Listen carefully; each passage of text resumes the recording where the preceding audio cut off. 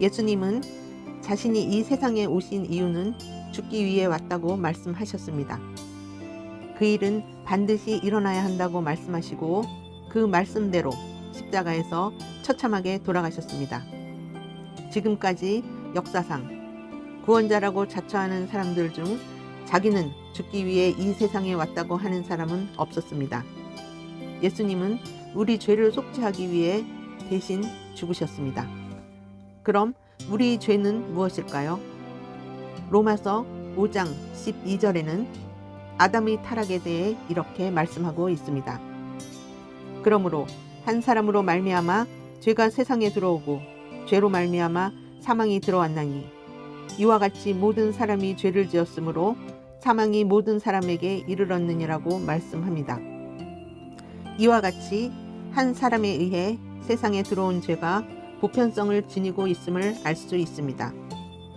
아담이 인류의 대표자로서 죄를 지었을 때 하나님은 온 인류를 죄인으로 간주하셨고 이를 통해 아담의 죄책은 모든 사람에게 전가시켰습니다. 따라서 모든 사람은 죄인이며 아담의 범죄의 틀 속에 죄로 물든 본성을 가지고 태어납니다. 본성의 부패성은 하나님에 의한 통제가 아니고 자아에 의한 통제받는 자기중심적이라는 것입니다. 자기중심적이란 것은 사고가 왜곡되어서 우리가 잘못을 하여도 옳다고 생각할 수 있는 것입니다. 죄는 헬라어로 하마르티아인데 길을 잃음, 뒤틀림, 반역 등 여러 가지 뜻이 있지만 대개는 표적에서 빗나가는 것, 관역에서 벗어나는 것, 목표를 맞추지 못하는 것을 뜻합니다. 그래서 하나님을 향한 표적을 잃어버리고 하나님을 향한 도전을 하며 범법하게 되고 사악하며 계명을 어기는 것입니다. 죄란 이렇게 하나님으로부터 분리시킵니다.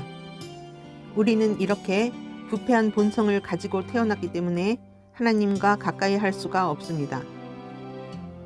그래서 하나님은 독생자 아들인 예수님을 보내셔서 우리 중보자로 세우시고 우리 죄값으로 그의 독생자를 희생시키셨습니다. 이사야 53장 6절에는 여호와께서는 우리 모두의 죄악을 그에게 담당시키셨도다 라고 말씀하고 있습니다.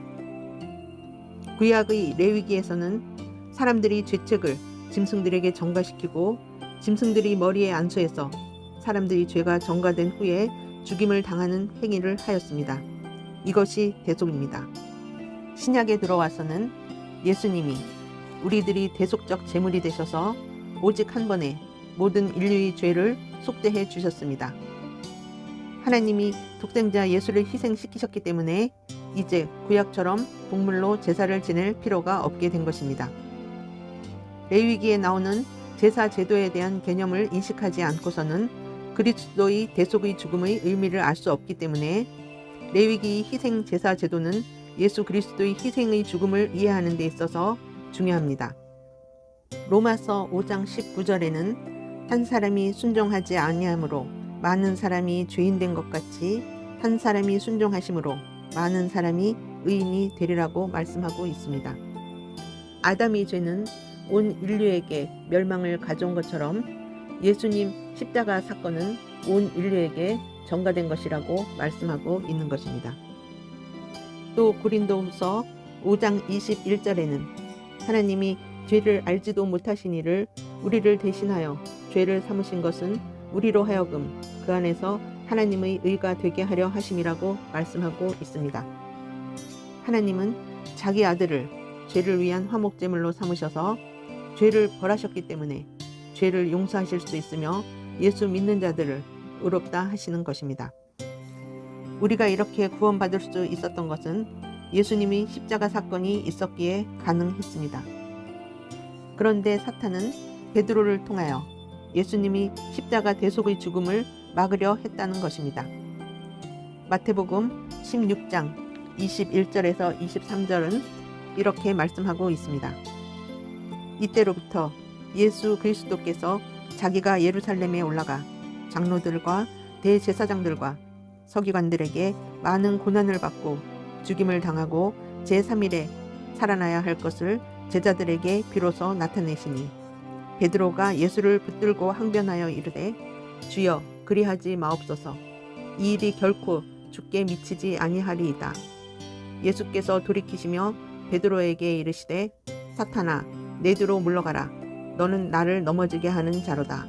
내가 하나님의 일을 생각하지 아니하고 도리어 사람의 일을 생각하는도다 하시고 라고 말씀합니다. 사탄이 메시아의 사명에 대해 방해하였지만 예수님은 십자가에서 죽으시고 3일 만에 살아나셨습니다. 하나님은 자기 아들을 아끼지 아니하시고 십자가에서 돌아가시게 할 정도로 우리를 사랑하시지만 하나님에 대한 공의도 함께 한다는 것을 기억해야 합니다. 히브리서 10장 29절은 이렇게 말씀하고 있습니다. 하물며 하나님이 아들을 짓밟고 자기를 거룩하게 한 언약의 피를 부정한 것으로 여기고 은혜의 성령을 욕되게 하는 자가 당연히 받을 형벌은 얼마나 더 무겁겠느냐 너희는 생각하라고 말씀하고 있습니다.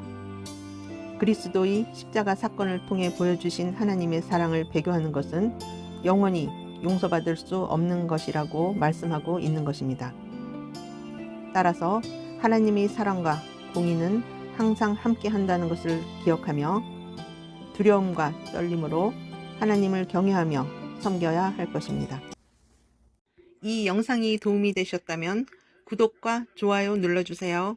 영상 제작에 큰 힘이 됩니다.